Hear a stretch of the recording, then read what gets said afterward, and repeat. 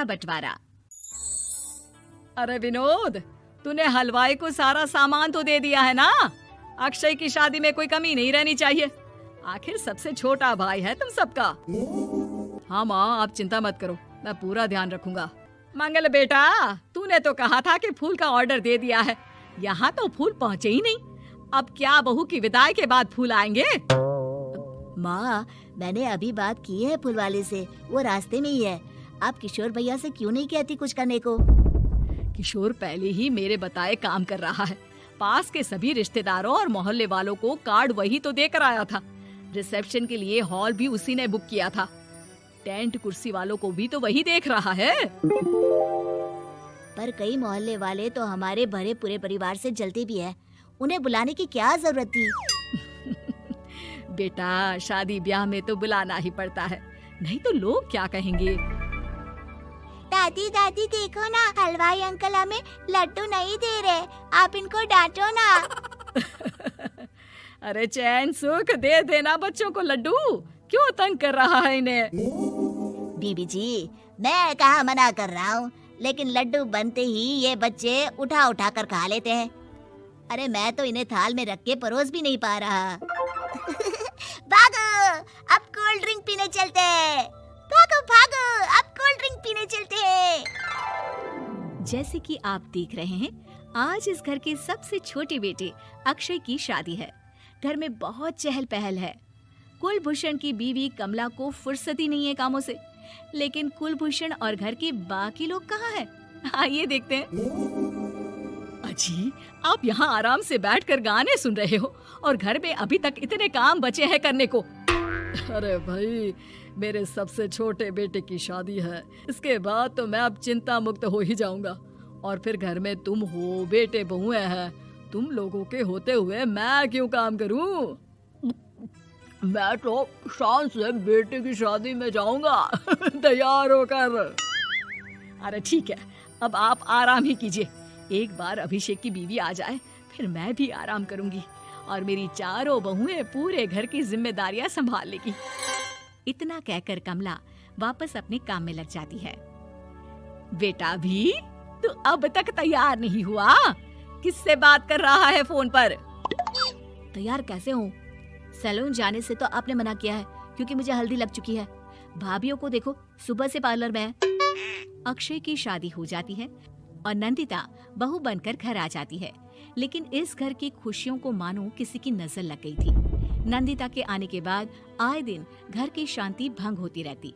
अपने माँ बाप की इकलौती बेटी को इतने बड़े परिवार की जिम्मेदारियां कहाँ संभालनी थी? अभी देखो ना, मेरे हाथों की मेहंदी भी अभी नहीं उतरी है और तुम्हारी मम्मी ने मुझे घर के कामों में लगा दिया। मैंने सोचा था कि घर की सबसे छोटी बहू होने के कारण मुझे सब पलकों पर बिठा के रखेंगे, पर यहाँ तो पलक झपकने की भी फुर्सत नहीं मिलती।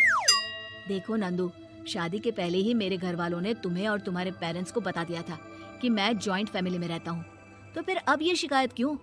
और फिर तुमसे पहले मेरी भाभियाँ भी तो आई थी शादी करके, उन्होंने तो कभी कुछ नहीं कहा। नंदिता तब तो चुप हो जाती है, लेकिन ऐसा बहुत दिनों तक नहीं चलता। अरे नंदिता, माँ बाबूजी की दवाई का टाइम हो गया है, उन्हें दवाई दे आओ और उसके बाद सबके लिए नाश्ता बना देना। पर भाभी, मैं तो अभी अपना फेवरेट सीरियल देख रही हूँ, प्लीज मेरी जगह आप कर लो ना ये काम।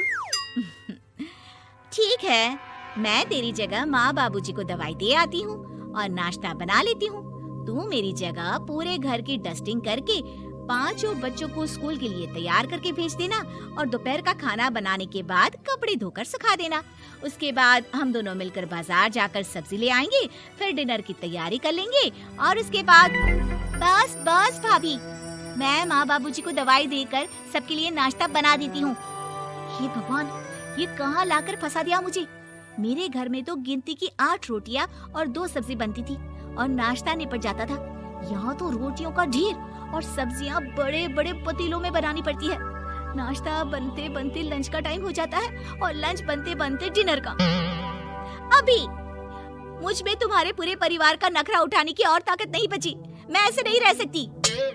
अरे तो क्या चाहती हो तुम? मुझे अलग रहना है बस। तो ठीक है, हम कल ही शिफ्ट हो जाएंगे किराए के घर में। इतना बड़ा घर होते हुए हम किराए पे क्यों रहेंगे? ना जी ना, घर में ही दीवार खड़ी करो अपने हिस्से के आगे। घर के साथ साथ घर की खुशियों में भी दीवार खींच जाती है। ऐसे ही कई महीने बीत जाते हैं और नंदिता माँ बन जाती है। बच्चे के आने से अभिषेक के कंधों पर खर्चों का बोझ आ पड़ता है। अभिषेक का बोझ कम करने के लिए नंदिता भी पार्ट टाइम जॉब कर लेती है, लेकिन इससे उसके सर पर नौकरी, घर और बच्चे की जिम्मेदारी बढ़ जाती है। नंदिता, ये क्या है? तुमने घर भी ठीक से साफ नहीं किया, ना ही मेरे कपड़े धुले हैं। चिंटू के बाल भी कटवाने जाना था, देखो उसके बाल कितने बढ़ गए हैं। अरे करती क्या हो पूरा दिन तुम? मैं करती क्या हूँ? तुम्हारा नाश्ता और लंच बनाने के बाद चिंटू को डे केयर सेंटर पर छोड़ कर आती हूँ, फिर खुद ऑफिस जाती हूँ। पूरा दिन काम करके आने के बाद बिना आराम किए बाजार से सब्जियाँ लेकर आती हूँ, घर आकर खाना बनाती हूँ, चिंटू को देखती हूँ, और क्या करूँ मैं? तो किसने कहा था अपने सर पर इतने काम लेने को? मत जाओ ऑफिस। ऑफिस जाए बिना घर के खर्चे कहाँ से पूरे होंगे? चिंटू की डे केयर का खर्च, उसके लिए बेबी फूड का खर्च, प्रेस वाली का खर्च, ये सब तुम्हारी सैलरी से होता नहीं है। अगर परिवार से अलग नहीं होती तो इतनी मुसीबतें नहीं उठानी पड़ती तुम्हें परिवार के साथ मिलकर काम करने में दिक्कत थी, लेकिन काम तो अब भी बहुत है तुम्हारे सर पर। चिंटू को भी डे केयर भेजने की जरूरत नहीं पड़ती। उसको गोद में खिलाने के लिए दादा दादी और घर के सभी बड़े होते, उसके साथ खेलने के लिए उसके भाई बहन भी होते। मेरे तीनों बड़े भाइयों के बच्चे भी बड़े हुए हैं, लेकिन बिना महंगा बेबी फूड खाए, क्योंकि मेरी माँ और भाभियाँ बहुत अच्छे से जानती है कि बच्चे को क्या खिलाना चाहिए। बिजली के बिल जैसे खर्चे भी सब मिलकर बांट लेते थे, लेकिन तुम्हें तो सबसे अलग रहने में ही मजा आता है, तो अब शिकायत क्यों करती हो? बस करो अभिषेक, बस करो। मैं मानती हूँ कि मैं गलत थी। मेरे एक गलत फैसले ने हमें बिल्कुल अकेला कर दिया है सबसे। एक घर में होते हुए भी हम बाकी परिवार से अजनबियों की तरह रह रहे हैं। अभिषेक और नंदिता की सारी बातें घर के बाकी लोगों को सुनाई दे रही थी। तभी कमला बोल पड़ती है। अरे नंदिता बहू, किसने कहा कि तुम अकेले हो? तुम्हारा इतना भरा पूरा परिवार है ना तुम्हारे साथ। हम तो बस ये चाहते थे कि तुम अपनी गलती समझ जाओ। अगर हम तुम्हें समझाते तो शायद तुम ना समझती, लेकिन अपनी गलती का एहसास तुम्हें खुद हो गया है, तो अब तुम समझ चुकी हो परिवार में एक साथ रहने का मोल क्या होता है। मम्मी जी, मुझे माफ कर दीजिए, अब ऐसा दोबारा कभी नहीं होगा। अरे माफी बाद में, पहले मेरा पोता जरा मेरी गोद में तो दे, और तू जाकर सबके लिए चाय बना ला। Please subscribe.